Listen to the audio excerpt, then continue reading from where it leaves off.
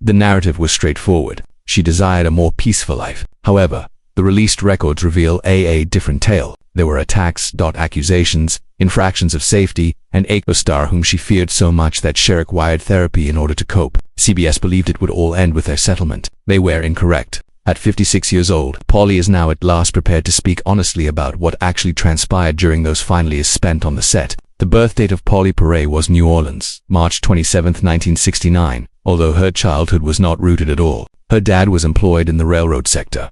This implied that the family was continuously transferred between states. When she was a teenager, she had previously lived in 14 distinct locations. She never remained long enough for her to feel as though she might have been anywhere. But this consistent she learned how to adapt after being uprooted swiftly, how to read people and how to fit in. Despite her Louisiana birth, Alabama, she always felt like home, raised in a variety of locations in the South. She developed extraordinary flexibility, something that would benefit her later and the uncertain world of Hollywood. Even before she was well known, Pauley's focus as Abby was on combating crime. Growing up, she didn't simply watch cartoons or read fairy tales. She was captivated by true tales of criminals as well as the science behind catching. While the majority of children dreamed of becoming athletes or astronauts, she discussed being a member of a rock band, being an FBI agent, or working with Anna. She meant it, too. Following a high, she studied criminal justice at school and graduated with degrees in psychology, sociology, as well as criminology. She continued after that. After relocating to New York, she started working at John Jay College, pursuing a master's degree of the field of criminal justice. What motivated her wasn't success or notoriety. She just wished to comprehend the causes of human suffering, others who have no regrets. That query remained at her side for years. As she was while attempting to make ends meet while studying, something occurred that altered her forever while she was in Atlanta. She was viciously robbed in the 1980s. Although there are few specifics, the impact was, not only was it a terrible, it turned into a pivotal moment. Rather than ignoring the trauma, she converted it to fuel. She felt a greater motivation to continue researching crime and assisting others. From that point on, she began advocating for victims. She spoke in her developing forum for assistance to those who had been, never forgetting how it felt wished to be among them. Her university years were anything but typical. Holly worked diligently in school, but far more difficult to survive outside of it. She studied criminal justice in Georgia and maintained her good marks. When she shifted, things became more difficult in New York. She worked as a bartender in underground clubs while wearing combat boots and a mohawk, integrating flawlessly with the city's strange nightlife. She fainted as well, rollerblading flyers and even cooking aboard dinner cruise ships to cover the cost of school. Although it wasn't glitzy, she subsequently claimed that it all gave her an advantage. She read about more than just humans. Conduct in textbooks. She was experiencing it firsthand. Daily. That combination of scholarly education and practical experience turned to become ideal acting instruction.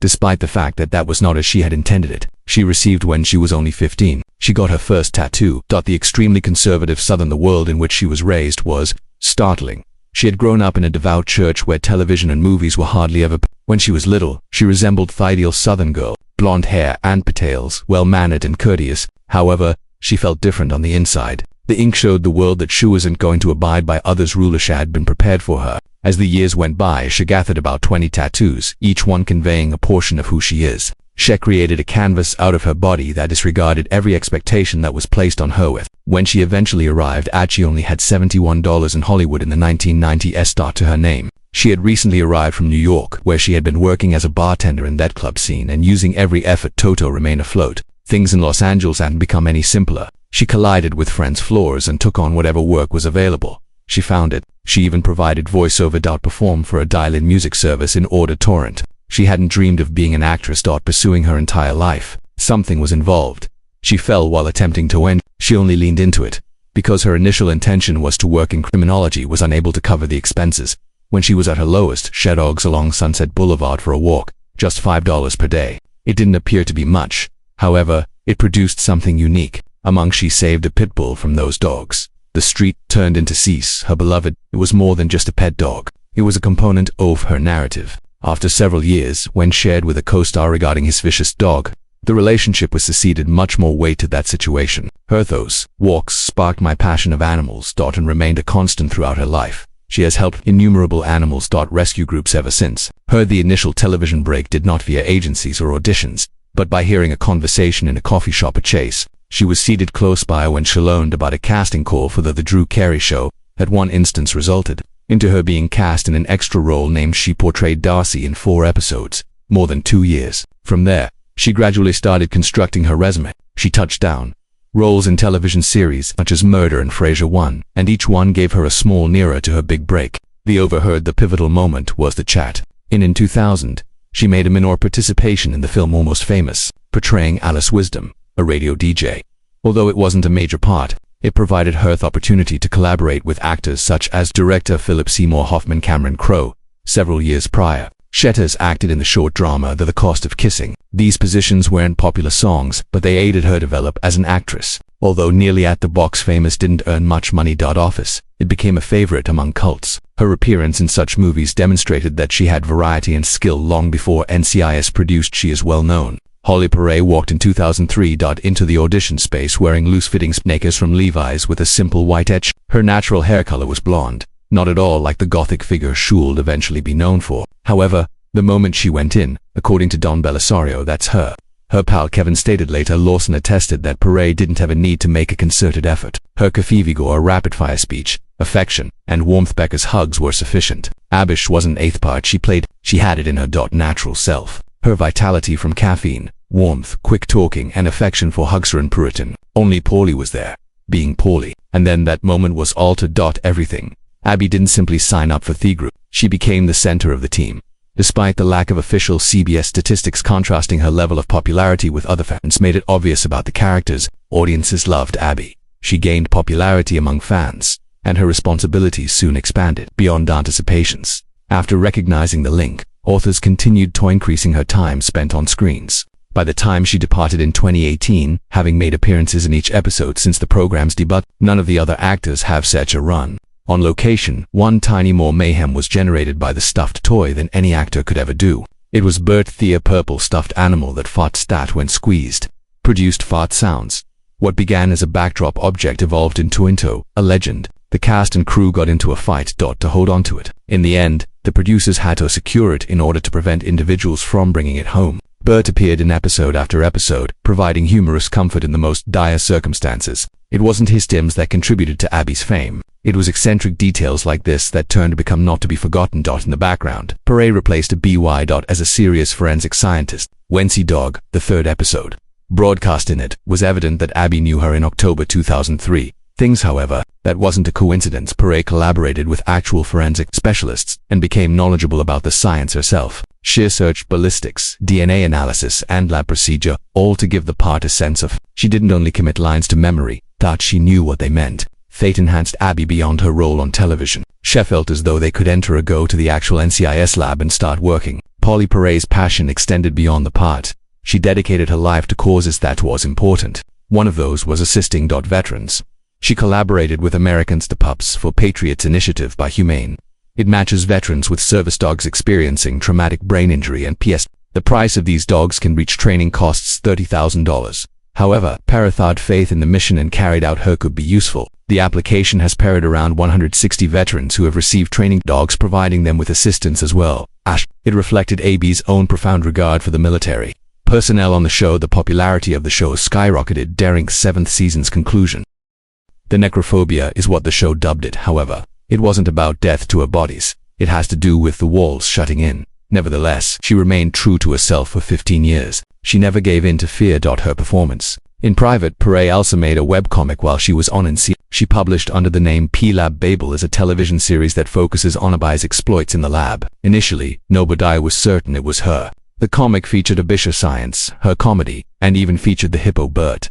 Fans eventually deduced take it out. However, the most unexpected aspect was the humor. The money was there went. Each fragrance in ad revenue was given to animal shelters throughout the nation. It was a silent deed of kindness that she did, even though no one asked for it. In any case, Guinness World Records in 2011 granted Perrette a title that had never been given to anyone. One previously. She was given the most well-known actress in criminal dramas on television. This wasn't solely determined by ratings. It arrived from a measure known as the Q-score, which gauged the degree to which viewers admired her percent. She, not just the character, she outperformed actors from programs such as Law and Order and CSI back then. NCIS was around 18 million on average. Viewers for each show. However, what caused her to not only the gothic aesthetic or scientific terms, it was the way she produced people are concerned. Everything in October 2016 altered on the set of NCIS. Mark Harmon delivered his rescued bulldog just as if he had been trouble-free for years.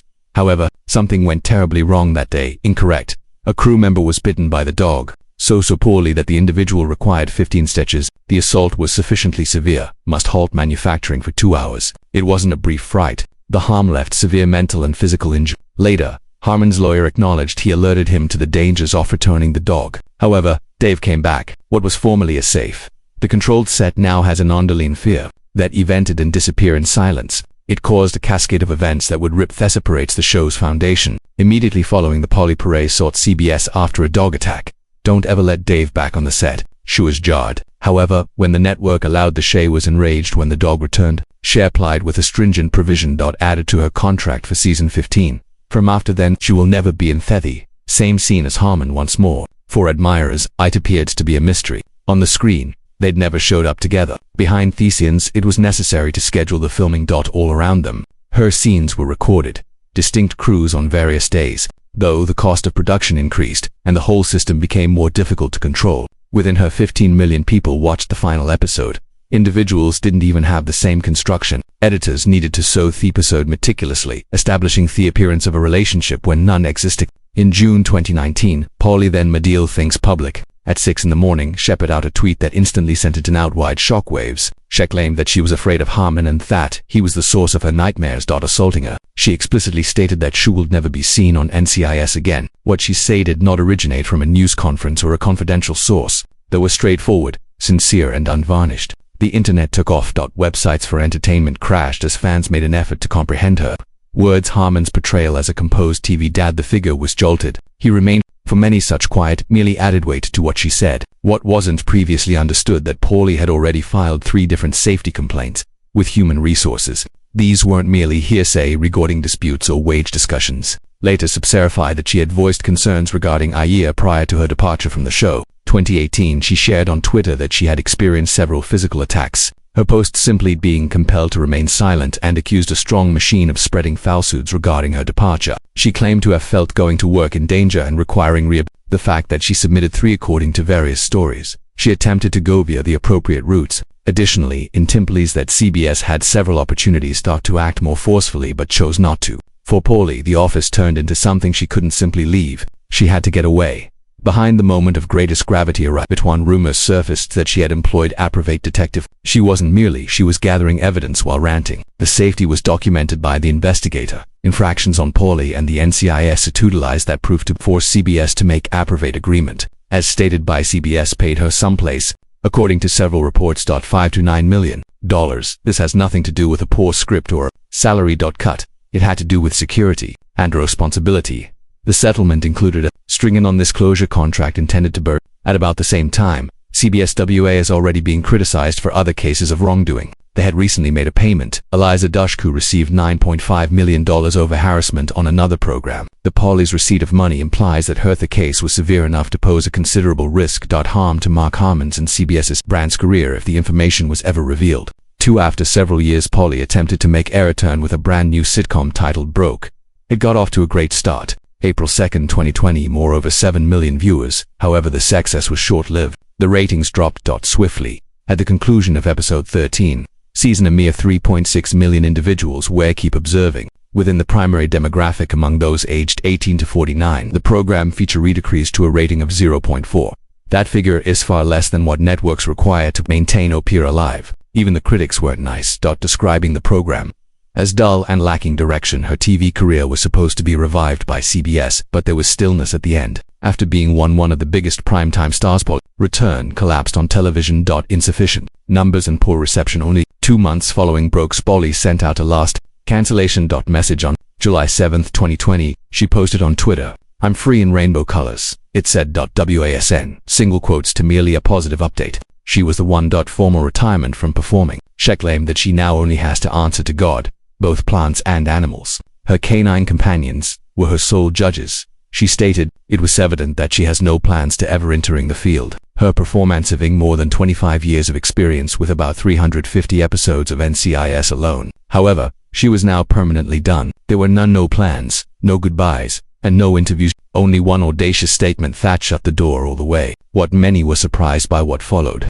Even following her retirement, she continued to be offered employment. Large-scale programs such as the GOODSVU's Doctor and Law and Order was looking for her to play supporting parts. These types of parts typically pay between $100,000 and $300,000 for someone with her name and experience. They were simple victories. However, no, she said. It had nothing to do with money. No longer, it has to do with peace. Although she has previously backed SVU and its reasons, she declined to return to the planet. Rejecting offers such as these demonstrated her seriousness. She wasn't seeking notoriety. She was defending her self-health. In the morning of September, Pauley Perrette opened her eyes on the 2nd of 2021 and realized right away that something was amiss. Her entire body on the right side felt totally numb. She attempted to brush it off, supposing she had just fallen asleep in an odd position, yet the sensation failed to return. She touched her finger. It was as though her own cheek belonged to another person. Even her weight, it meant nothing to have a laptop laying on her legs.